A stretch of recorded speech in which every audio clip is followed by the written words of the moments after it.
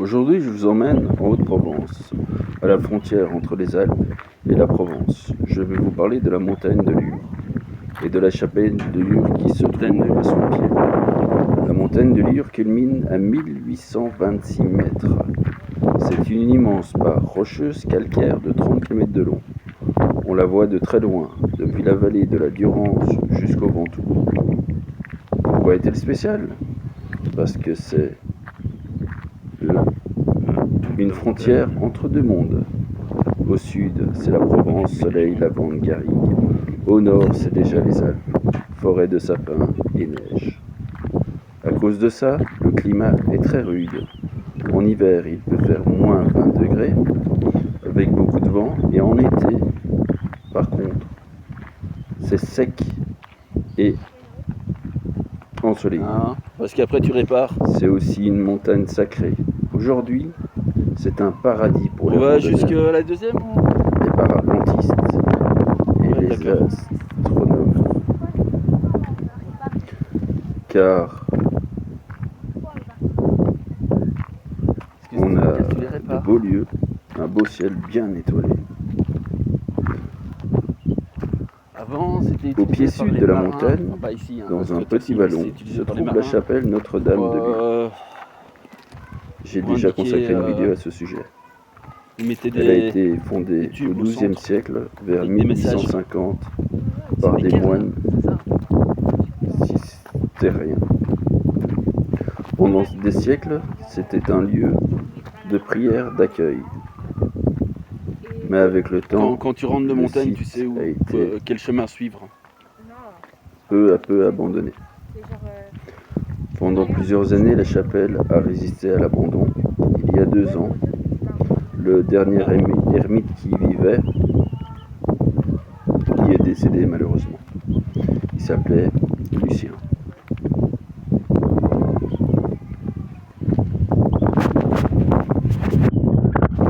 La chapelle de Lure a servi de décor pour de nombreux films.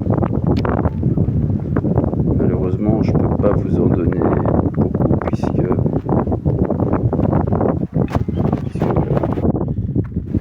la montagne de Lure, c'est la force de la nature. La chapelle de Lure, c'est la paix des hommes. Les deux ensemble rencontrent l'histoire de la Haute-Provence. Une terre rude, mais une terre spirituelle.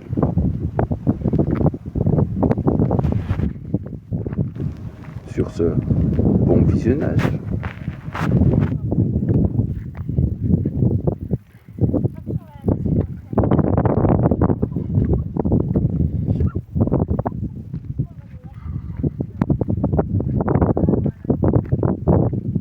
Alors côté végétation, il y en a très peu puisqu'on est en hauteur.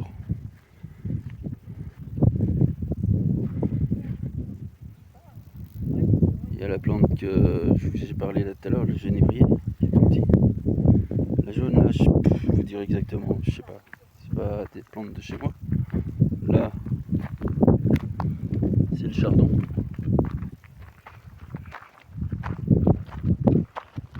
Ah ouais, ils sont restés là-bas.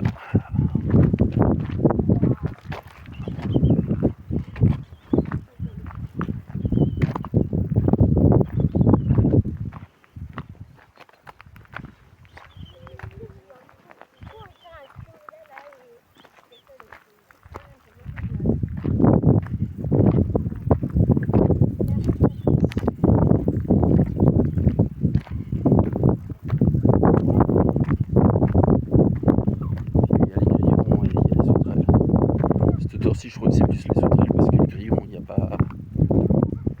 Bon, on va s'arrêter après.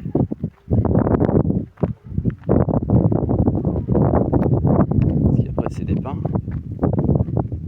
Et la route continue. Et la route continue. Les débuts de cairn. Voilà. On va faire un 3, 6, 5. Il y en a encore plus loin, mais je crois qu'on va s'arrêter là, non? Toutes les montagnes là, classe. Ah merde, j'étais pas à la bonne hauteur. Je refais un tour.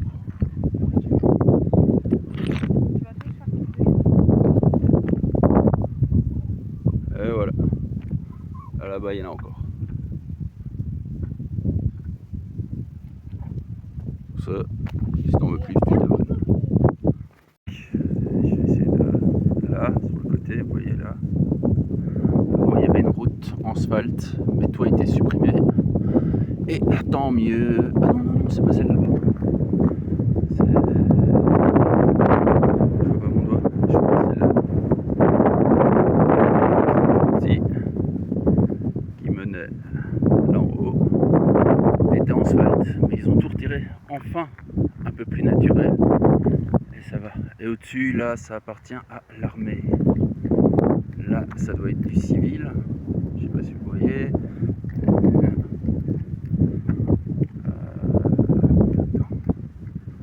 C'est ça. Ici,